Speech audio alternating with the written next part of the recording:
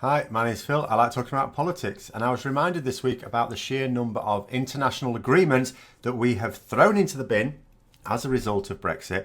In this video, I'd like to discuss the time it may take to replace them, even if you consider the possibility of improving on them. But first, if you'd like to be notified of daily news and politics, then please subscribe to the channel and click the bell notification icon. So, as a result of 2 generations membership of the EU, as well as various treaties that were built up by various nations before this, the UK had built up 759 international treaties across every single country in the world. Now, all but the most blinkered of Brexit supporters acknowledge that we need agreements with other countries in order to be able to have any influence in global politics, as well as being able to trade in goods and services. Without these, our economy will falter quite badly if there's a long delay. And because most people understand this, pro-Brexit campaigners were quick to point out just how swiftly we'd be able to replicate these treaties around the world after Brexit. Because although people would understand that we need these agreements, what a lot of people didn't really understand is the sheer scale of the agreements that we were giving up and would need to replace. So the Brexiteers were saying they'd all be ready to go on the day we left the EU, to which a lot of the population went, "Oh, that's all right then. I was a bit worried for a moment. That's fine." So how many of these agreements have we managed as an independent nation? Remembering we could discuss quite a lot of them over the last few years, we just couldn't implement them until now. We weren't technically allowed to negotiate completely new trade deals either. But what we have at the moment are 20 trade deals agreed. Those are on exactly the same terms that we had as members of the EU and account for 8% of our current trade. So we're still missing 92% of treaties by trade worth.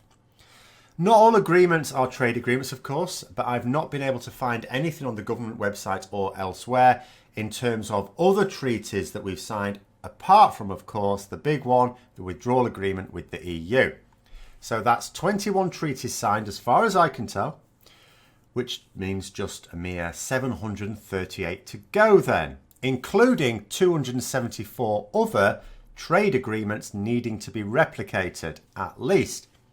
So how long will that take? Well, if you assume that we can negotiate a treaty a week, that would take just over 14 years to get them all done. And that's over 14 years just to replace those treaties. Even if all we did was get equivalent agreements, and Brexiteers promised superior ones, but even equivalents would mean that we're going to be worse off than we were in the EU for 14 years at least. Of course, in reality, we'd be worse off for longer, because if it takes 14 years to get those agreements, once we've got them all, that doesn't mean to say that we get to bring back that lost trade overnight, nor would it allow the country to catch up on the lack of investment that would have happened due to dusty treasury coffers because, well, we're not bringing enough taxes because we're not doing enough trade. But of course, we're not going to negotiate one a week. I mean, it's now 1 week since we left the EU. 1 week since we've been able to do what we want. We can negotiate with whom we want on whatever terms we want. We can get all of those unique and prosperous deals that we were promised upon leaving. And have we signed any new ones? Were any ready to go? No, not at all. And of course, you'll be saying, well, come on, it's not reasonable to expect an international treaty in a mere week. But that's the point. It's not. It will take more than a week for each one. So will it take a month? If it takes a month for each treaty to be negotiated, signed and implemented, that would mean over 61 years to get them all done. And if at the end of February, a month after we tore up our EU membership, we still don't have any more treaties signed, then that would be to suggest that even a month per treaty is unrealistic. In which case, you're looking at a point in the future beyond the lifespan of UK citizens even being born today before Brexit is done. If 61 years is too short a time to get it done, how long is it going to take?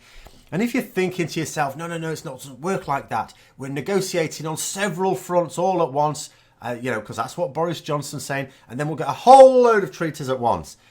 Well, bear in mind what we've actually done. So remember, Boris Johnson and his government want quick wins. So they will have hit the ground running. They've been preparing this. Brexit hasn't taken them by surprise. Boris Johnson's been working towards this for over half a year. And he knew the dates well in advance as well, when it'd be happening. Everything's ready to go. What's happened in the last week when he's firing on all cylinders? Our Foreign Secretary has talked to Australia about a possible deal. Never mind the fact that the EU are also talking to Australia on their own free trade negotiations, and they've been doing it for much longer in the last week, and they are taking priority, bigger customers. You know, that's all we've done this week. When Johnson knew when we'd be giving up our membership and should have been ready to dispatch his army of negotiators around the world, one minister has talked to one country for a few hours.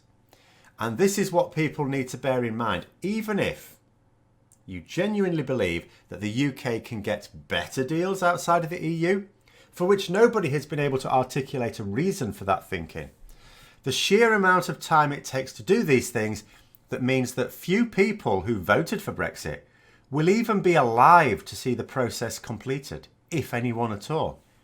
And that's just a reason why the process never will be completed. No matter how much you may try to mislead the public, at some point, someone is going to notice that Brexit is still going on years later. The Conservatives can't cling on to power forever either, regardless Brexit or no Brexit.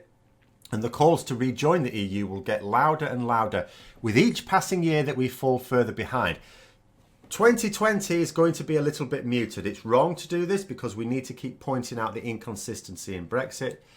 But in 2021, you know, as far as everyone who was against this is concerned, this is when it will start to bite, and that's when people are going to go for it.